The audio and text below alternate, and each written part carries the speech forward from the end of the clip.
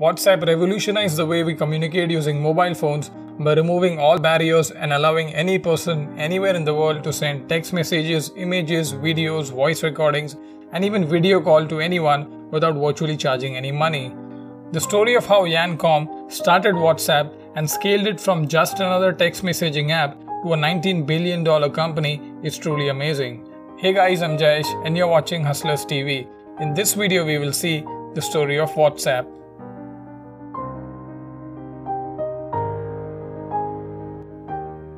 Jan Koum was born on February 24, 1976 in a small village outside of Kyiv, Ukraine. He was the only child of a housewife and construction manager who built hospitals and schools. At age 16, Koum and his mother immigrated to Mountain View, California as a result of the troubling political environment in Ukraine and got a small two-bedroom apartment through government assistance. His father had intended to join the family later, but he never left Ukraine. He died in 1997. To make ends meet, Koum's mother took up babysitting and he swept the floor of a grocery store. Later, his mother was diagnosed with cancer and they lived off her disability allowance. His mother died in 2000 after a long battle with cancer. By age 18, Koum taught himself computer networking and programming by purchasing manuals from a used bookstore and returning them when he was done. He joined a hacker group on the FNet Internet Relay Chat network and hacked into the server of Silicon Graphics and chatted with Napster CEO Shawn. In 1995, he enrolled at San Jose State University and started working at Ernst Young as a security tester. In 1997, Koum interviewed at Yahoo and got a job as an infrastructure engineer. This is where he met his future co-founder Brian Acton, Yahoo's employee number 44. They both were similar-natured and got along well. Later in an interview, Koum said, "Neither of us had an ability to bullshit, hence we got along well." While working at Yahoo, he was still studying at San Jose State University, and one incident happened which made him leave college forever. Just 2 weeks into his job at Yahoo, one of the company's server broke, and Yahoo co-founder David Filo called him in his mobile for help. He replied, "I'm in class," to which David Filo said, "What the hell are you doing in class? Get your ass in the office, we need to fix the server." Koum hated school anyway, hence dropped out of school and worked at Yahoo full-time. Koum and Brian worked at Yahoo for over 9 years and watched Yahoo go through multiple ups and downs. They saw firsthand how to scale a business from a small group of people serving a specific country to a billion-dollar company which caters the entire planet. This valuable experience helped them in future when WhatsApp blew up. After working for 9 years with Yahoo, in September of 2007, Koum and Acton finally left Yahoo and took a year to decompress, traveling around South America and playing Ultimate Frisbee. On returning from the trip in 2008, both applied to work at Facebook and were rejected. During this same time, Apple had just launched their first iPhone and their App Store.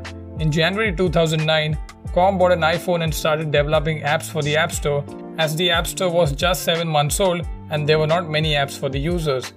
He visited the home of Alex Fishman, a Russian friend who would invite the local Russian community to his place in West San Jose for weekly pizza and movie nights.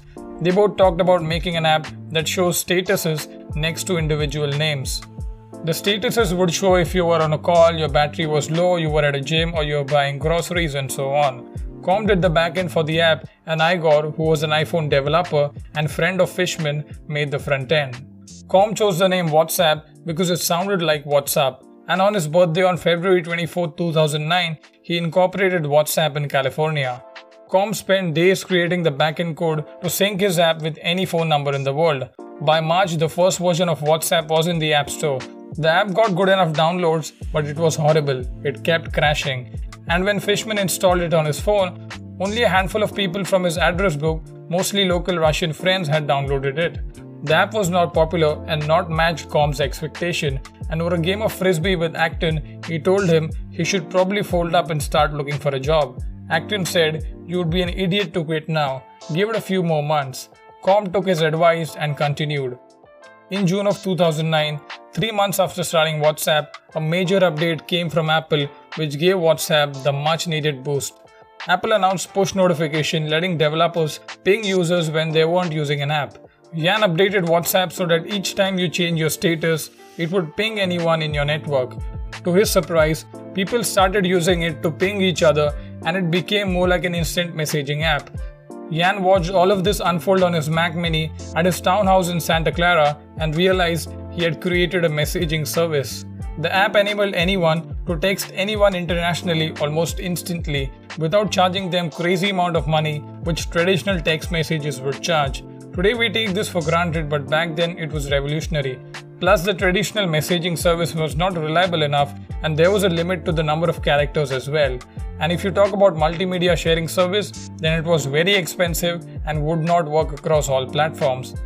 The only reliable text messaging service available back then was BlackBerry's BBM, but that only worked among Blackberries. Koum realized that there were no apps across all platforms, hence added a messaging component to WhatsApp and released WhatsApp 2.0 in August of 2009. After adding the messaging feature, WhatsApp just took off, and in the next few months the active users increased by over 250,000. Shortly after this, he went to see Acton, who was still unemployed and dabbling into another startup idea that wasn't going anywhere. In October of 2009, Acton got 5 ex-Yahoo friends to invest $250,000 in seed funding, and as a result was granted co-founder status and a stake. He officially joined WhatsApp on 1st of November. WhatsApp popularity grew with time, and they were flooded with emails from iPhone users excited by the prospect of international free texting and desperate to WhatsApp their friends on Nokias and Blackberries. Hence, they started working on the BlackBerry and the Symbian version of WhatsApp, as they were two of the most popular OS back then. Later on, they developed an Android version as well. Koum hired an old friend who lived in LA, Chris Pfeiffer, to make BlackBerry version of WhatsApp. The app launched 2 months later. To cover the primary cost of sending verification text to users, WhatsApp was changed from a free service to a paid one, and by 2010, WhatsApp was making a profit of over $5,000 a month, which was quite rare for a year-old startup. In December of 2009, the new update of WhatsApp came, which allowed iPhone users to send photos. In August of 2010, WhatsApp was launched for Android, and by early 2011, WhatsApp was in the top 20 of all apps in the US App Store. The growth of WhatsApp turned heads around Silicon Valley, and several venture capitalists came knocking their door. After months of negotiation with Secure partner Jim Goetz, WhatsApp founder agreed to take $7 million from Secure Capital on top of their $250,000 seed funding. 2 years later, in February of 2013, when WhatsApp user base had swelled to about 200 million active users and its staff was over 50 people, Acton and Koum decided it was time to raise some more money for insurance, and Secure invested another $50 million, valuing WhatsApp at $1.5 billion. On June of 2013, WhatsApp announced that they were processing over 27 billion messages every single day. By December of 2013, WhatsApp claimed that 400 million active users used their service every single month. On 19th of February 2014, Facebook announced it was acquiring WhatsApp for $19 billion. It's Facebook's largest acquisition till this date. At the time, it was the largest acquisition of any venture-backed company in history. In August of 2014, WhatsApp was the most globally popular messaging app with more than 600 million users. In the years to follow, WhatsApp released many new features to stay on the top of the game, like voice call, video call, WhatsApp stories, and also launched a new app called WhatsApp Business for small businesses. They're also testing their payment integration called WhatsApp Pay, which allows anyone to send and receive money via WhatsApp. As of today, more than 2 billion people in over 180 countries use WhatsApp to stay in touch with their friends, family, anytime and anywhere. And as far as the founders are concerned, Koum left WhatsApp and stepped down from Facebook board of directors in April of 2018, and as of September 2020, his estimated net worth according to Forbes is $10 billion. And Acton left WhatsApp in September of 2017 to start the Signal Foundation, an encrypted private messaging company. According to Forbes, Acton is the 836th richest person in the world with a net worth of $2.5 billion. The story of WhatsApp is unique in a sense that it was not started by college students but by two guys who had a solid experience of 9 years working for a giant tech company. Jan Koum, the founder, always says that the reason we were successful was because we were at the right place at the right time, meaning smartphones were just launched and everyone was connected to the internet like never before. They rode the smartphone wave by making an app which does the basic purpose of a phone: help communicate effectively.